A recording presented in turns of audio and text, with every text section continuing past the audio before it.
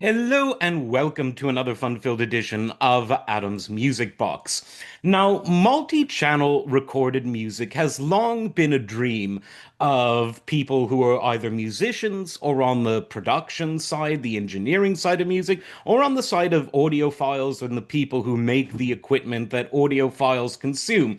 And over the years, there have been many experiments in multi-channel sound. Now, at the cinematic level, multi-channel sound has been around for a long time. It was early adopted in the 1950s as a standard sound format for widescreen cinema, particularly the 70 millimeter formats, because they needed a sound that was as compelling as the wonderfully wide and detailed images.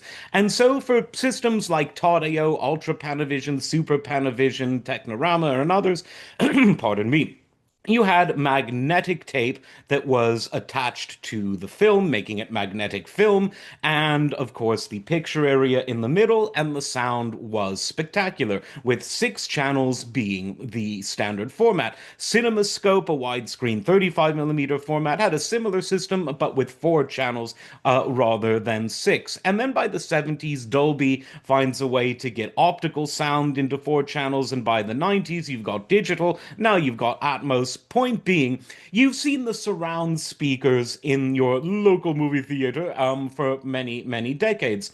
Now, in the consumer market, surround sound has had its ups and downs in terms of popularity. The technology is simple enough, just like it is at the cinematic level, but a lot of people don't want the cumbersomeness, allegedly, of speakers everywhere and the generally more expensive amplification equipment because, you need four instead of two. So instead of a stereophonic amp, you need a quadraphonic amp and preamp, etc. But in the 70s, quadraphonic music was a thing.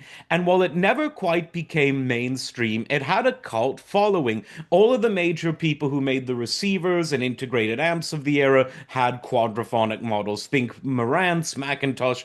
I think Macintosh did it. Need to double check that. Marantz definitely, Pioneer definitely, Sensui definitely, and all of the other big names that dominated the wonderful world of 70s hi-fi. Now, here's where the problem came in, and this is what ends up harming a lot of new and interesting audio formats. No one could agree on a single standard. Now, for tape, it was easy enough. You have four discrete channels on a quarter-inch tape, and you're good to go. Do pardon me. But for the LP world, which was obviously the dominant way that people were listening to music in the 70s, it was a bit more complicated. And when I say tape, by the way, I mean reel to reel, the good stuff, quarter inch. Because with the LP, there were multiple formats for quadraphonic sound, and each required a somewhat different setup. They weren't necessarily interchangeable. And so this created confusion, and confused consumers don't end up buying every different variety of product. They usually shrug their shoulders and say, well, I'm not going to buy any of this. Maybe if you standardize it, I will. But the format died out in terms of the production of the actual albums before they could standardize the format. But a lot of people continued to collect the stuff. Now, here's the relevance today. The dawning of digital sound at the consumer level, namely digital surround sound, which really became a thing in the 90s and 2000s, it's allowed many of these old quadraphonic mixes from the 70s to once again see the light of day on formats like Blu-ray, SACD, DVD audio, DTS CDs, which were a thing at one point, all of this different stuff. Now, here's my proposal. One of the most interesting things about these quadraphonic mixes wasn't just the spatial features that you get with four channels.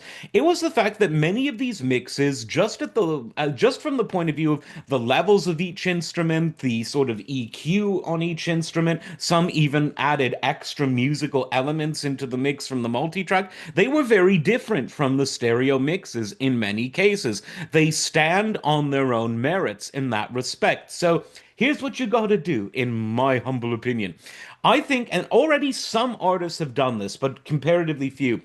All you need to do is downmix the quadraphonic to two channel, put it on your Spotify's and Whatify's, and allow people to hear these interesting mixes. And hey, Spotify, hey, Tidal, hey, Apple, why not allow for discrete quadraphonic or 5.1 or 7.1 sound on your streaming platforms? Yes, it will take up more bandwidth, but a lot of people don't mind that. And that would be an easy breezy way for people that have the listening equipment to get these original mixes either in a down mixed form or in their full quadraphonic glory in the most convenient way possible. These are real diamonds in the rough.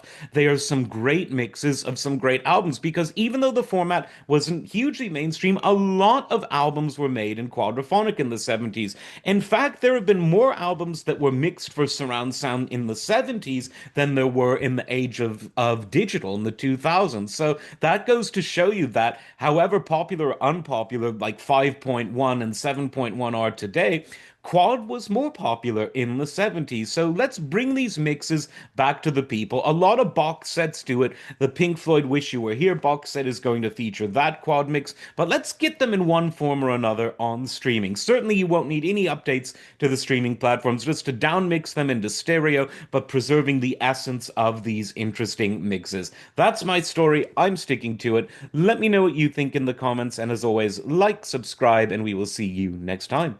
Take care.